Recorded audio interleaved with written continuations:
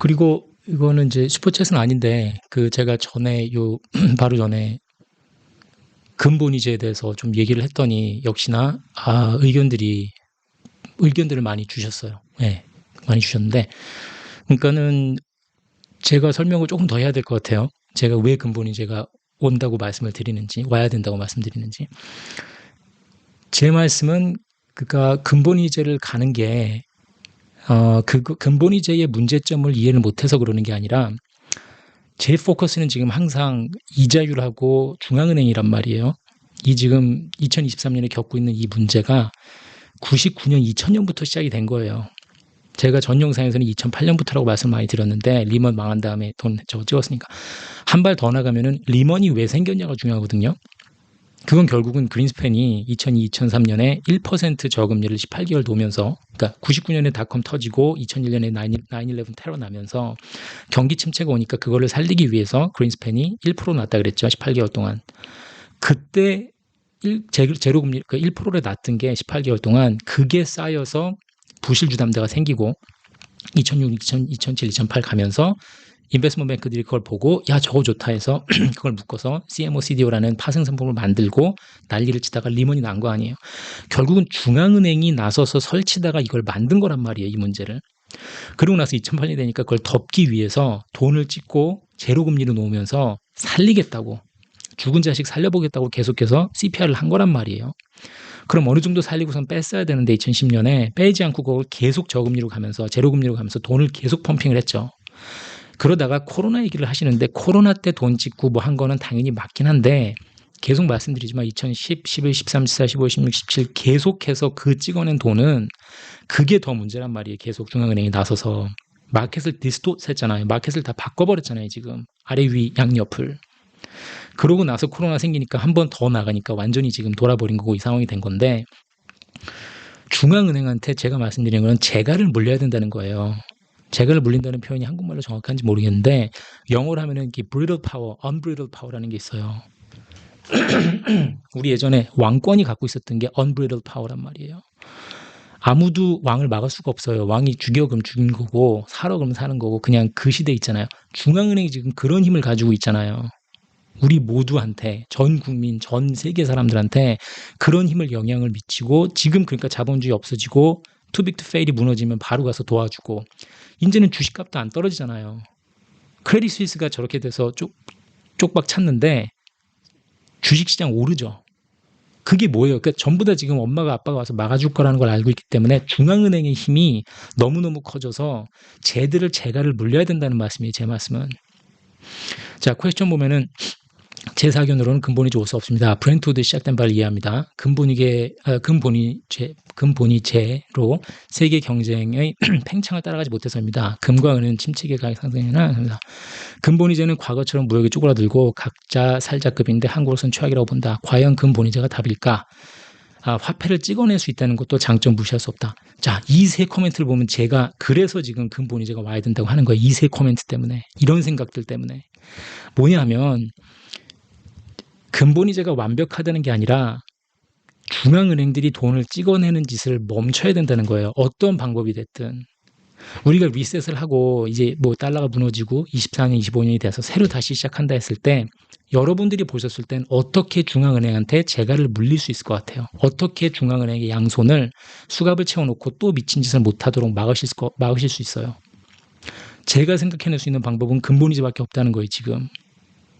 제가 브렌트우드를 몰라서가 아니라 브렌트우드는 당연히 알고 어떻게 돼서 끊어져 저도 공부를 했으니까 아는데 브렌트우드를 계속 갈 수 있었던 거는 사실 금 값을 조정을 하면 돼요. 그게 아운스당 35불이었잖아요. 금을 그러니까 제 생각에는 한 가지 방법이 지금 여러분들이 걱정하시는 거는 화폐를 찍어내지 못하고 커지는 경제를 따라가지 못한다. 전 영상에서 제가 말씀드렸죠. 35불 하던 게 35,000불 하면 된다고. 금값이 올라가면 되는 거예요. 그거는. 그 금값을 만약에 지금 2,000불, 아운스당 2,000불에 딱 정해놓고 근본이제를 하자. 2,000불을 계속해서 가져갈 생각을 하니까 그게 돈이 늘어나는 돈을 통화를 따라가지 못할 거라고 생각하시는 거예요. 금값을 시간을 정해놓고 매 2년마다 100개국 이상이 모여서 금값을 다시 정한다든지 물론 그 금값을 조정하는 데 또 다른 잡음이 있겠지만 금값을 조정하면은 모니터리 서플라이가 머니 익스펜션 하는 걸 따라갈 수가 있단 말이에요, 금이. 중요한 거는 금이 실물이기 때문에 그 올라가는 가격을 조정을 해서 안정화된 금융 시스템을 잡고 만들고 중앙은행이 그 미친 짓을 못하도록 막는 거죠. 중앙은행을 속박을 하는 거, 중앙은행의 힘을 줄여야 돼요, 어떻게 해서든지. 제 포커스는 거기에 있기 때문에 제가 근본이자를 해야 된다고 말씀드리는 거예요. 브렌트우드의 단점을 몰라서가 아니라 닉슨 대통령도 그때 그거를 35불 아운스 하다가 제가 그랬잖아요. 파기하기 전에 얘들이 찔끔찔끔 올렸다니까요. 38불 갔다가 43불 갔다가 마지막에 파기하기 전에 그걸 조금씩 올렸어요, 얘들이. 그 올려야지 자기가 통화를 더 발행을 하니까. 그러다가 이게 뭐 하는 짓이 하고선 그냥 제껴버린 거란 말이에요. 그러니까 제끼니까 어떻게 돼요? 그때 800불까지 갔었잖아요, 금값이. 다시 300, 400으로 내려오긴 했지만 우리 IMF 금 운동하고 그럴 때 그게 300불인가까지 떨어졌잖아요, 아운스당. 그 사람들이 보고 야 이거 미쳤다고 우선 금값 확 뛰었던 건데 그 금을 고정을 시켜놓고 가격을 정하면 되는 거예요. 어쨌든 근본이자가 제가 답이 아닐 수 있어요. 근데 여러분들한테 제가 여쭤보고 싶은 거는 그러면 어떤 식으로 여러분들은 중앙은행의 재갈을 물리시겠습니까? 만약에 우리가 리셋하고 다시 시작을 했는데 계속해서 중앙은행한테 계속해서 제너럴 파월이 됐건 뭐 한인 총재가 됐건 그 사람들한테 계속해서 우리 사회를 그냥 맡겨놓고 자본주의 무너진 상태에서 조금만 문제 있으면 바로 엄마가 달려와서 제로금리 만들어주고 돈 찍는 걸 이걸 반복해야 되는데 그거를 어떻게 스톱을 하실 거냐는 거예요, 제 질문은. 무슨 말씀인지 아시겠죠? 자, 그러면 과연 근본이자가 답일까 생각해요. 이 근본이자가 답일 것 같냐? 화폐를 찍어내는 것도 장점이다. 그러니까는 이거를 이제 케인지언한테 물어보는지에 따라서 아니면 오스트리안 이코노믹스 하는 사람한테 물어보는지에 따라서 완전히 천차만별이에요. 그러니까 누가 대공황 얘기를 하셨었는데 제가 여기다 지금 넣지 못했는데 1920년, 1930년에 대공황 왔는데 그거를 벗어난 게 돈 찍어서 벗어난 게 아니냐 그러신 분이 계셨거든요. 누구한테 물어보냐에 따라 달렸어요.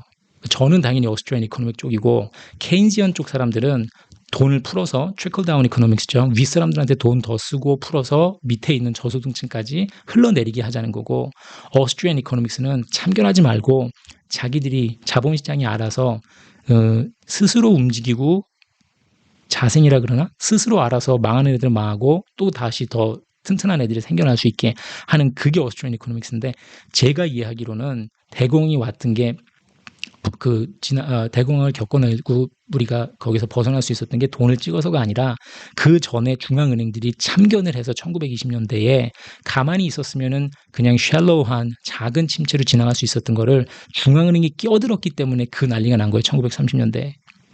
다시 말하면 우리가 9.11 테러 난 다음에 그쵸? 그 다음에 그 안 좋았던 경기 침체를 그린스팬이 1%로 낮춰서 경기 부양을 하려고 하지 않았으면 거품이 끼질 않았어요.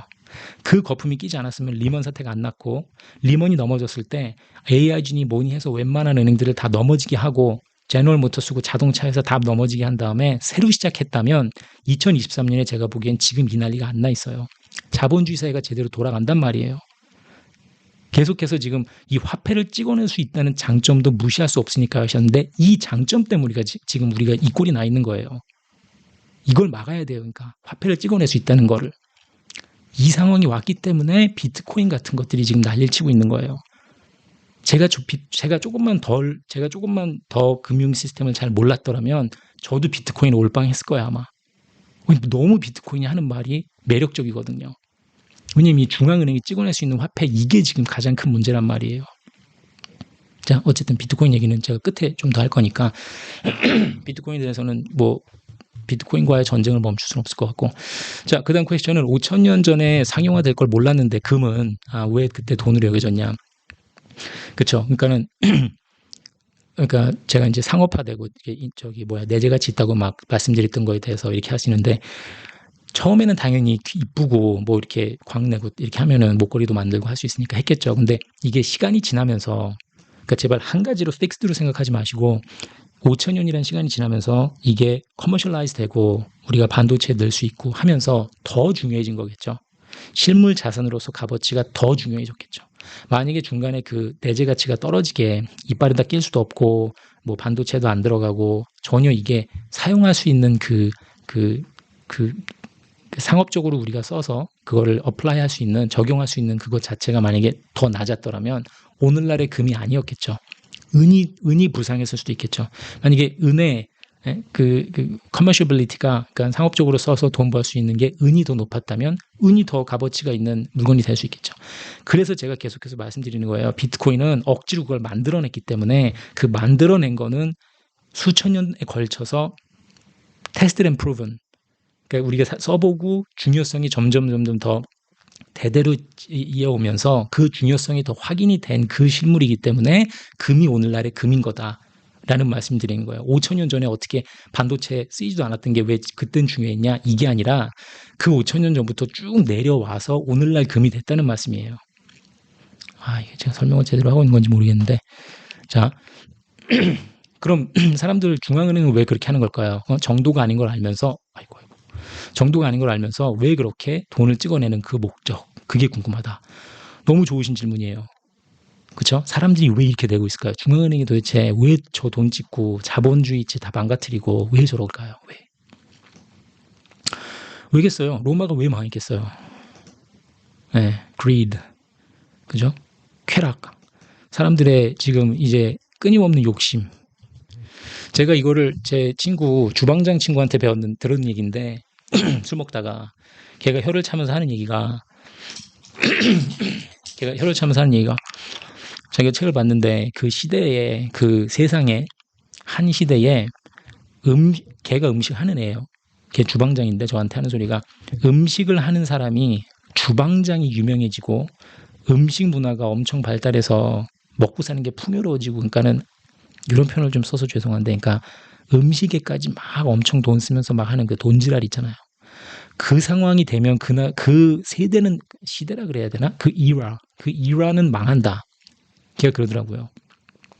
그러니까 로마 시대 때 막 음식 너무 많고 막 하다가 막 배는 부르니까 뭐 음식 입에 넣어서 씻고 뱉고 막 그런 거 하는 거 있잖아요. 그러니까 하다못해 예를 들어 뭐 한국으로 치면 백종원 씨라든지 아니면은 전 세계적으로 뭐 고든 램지 같은 사람이 있어서 음식하는 사람이 유명해지고 유명인이 되면, 그러니까 그분들을 비하하는 게 아니라, 제가 음식하시는 분들, 주방장을 비하하는 게 아니라, 사람들이 그만큼 쾌락을 추구하고 나태해지고 욕심이 많아지고 빈부격차가 커지고 하면서 막장으로 달린다는 거죠. 그 시대는, 그 이라에는 막장으로 가고 있다는 거죠. 그러니까 마지막이 미술품, 마지막이 음식, 글로 가고 있는 거니까. 그래서 자꾸 제가 파이낸셜 리셋이 올 수밖에 없다는 거예요. 갈 때까지 가는 거죠, 이제.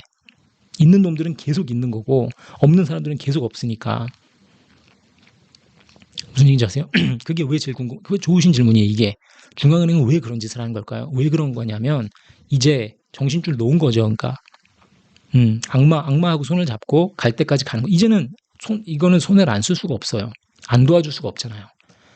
지금 크레딧 스위스 만약에 저 세이브 안 해주고 SVB 세이브 안 해주면은 그냥 눈앞에서 다 와그르르 무너지니까 이제는 안 할 수가 없어요.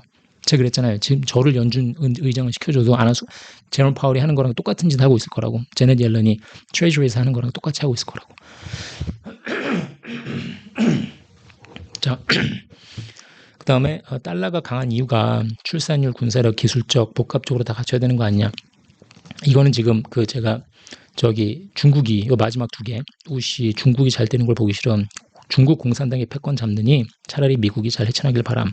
방장 생각이 틀리길 바람. 아는데 이건 제가 지금 중국이 근본이자 해가지고 치고 올라올 거라고, 듀얼 커런시 체제 될 수 있다고 드린 말씀에 대해서 하신 말씀인데, 절대 중국이 패권 못 잡습니다. 클리어하게 말씀드릴게요. 중국 기축통화 못 돼요. 근데 왜냐하면 왜 못 되는지 말씀드렸잖아요. 기축통화라는 건 세틀먼트 커런시가 지금 미국이 미달러가 90% 잡고 있기 때문에 미달러를 버릴 수가 없어요. 또 미국의 그 국채 시장이 국채 시장이 엄청 커야 돼요. 전에 말씀드렸죠. 독일이 만약에 무역 흑자가 나면 그 돈을 어디다 파킹을 해놔야 되는데, 그 파킹하기 위해서는 미국 국채를 사야 돼요. 중국 국채 시장 없어요. 그러니까 하루아침에 못 바뀌어요. 또 되게 중요한 로우 앤 오더, 그 듀 프로세스가 있고 그 나라 법을 믿을 수 있어야 돼요. 우리가 미국 국채 살 때 어느 나라 사람인지 믿음이 가잖아요. 미국은 내가 스위스 국채 사면 믿음이 가죠. 일본 국채도 사면 믿음이 간다 그러면 좀 그렇고, 유럽의 독일이 만약에 발행한 국채 사면 믿음이 가죠. 중국 국채 사실 수 있겠어요? 내가 100억이 있는데 중국 국채 사실 수 있어요? 총 맞았어요? 중국 국채를 왜 사요? 걔네가 입 딱 바꾸면은 다음날 걔네 돈 되는데. 여러모로 그 기축통화라는 거는 맞아요. 나라를 전 세계 평화를 가져올 수 있는 군사력도 있어야 되고 다 필요하고, 파이낸셜 리저만 봐도 국채 시장도 있어야 되고 세틀먼트 커런시도 있어야 되고 그 나라에 대한 믿음도 있어야 되고, 그 외국인 돈이라 그래가지고 중국처럼 등쳐먹고 뺏어가고 이런 일을 하지 못하는 그런 그 월드 폴리스, 그죠? 전 세계적으로 경찰처럼 이렇게 해주는, 우리가 믿음이 가야 되는 그러한 나라가 갖고 있는 게 기축통화예요. 중국은 거기에 못해요. 근데 제가 말씀드리는 건 중국이 미국의 정신을 쏙 빼놓기 위해서 대만 공격하기 전에 그때 할 수 있는 게 금본위제를 선언을 하고 나서서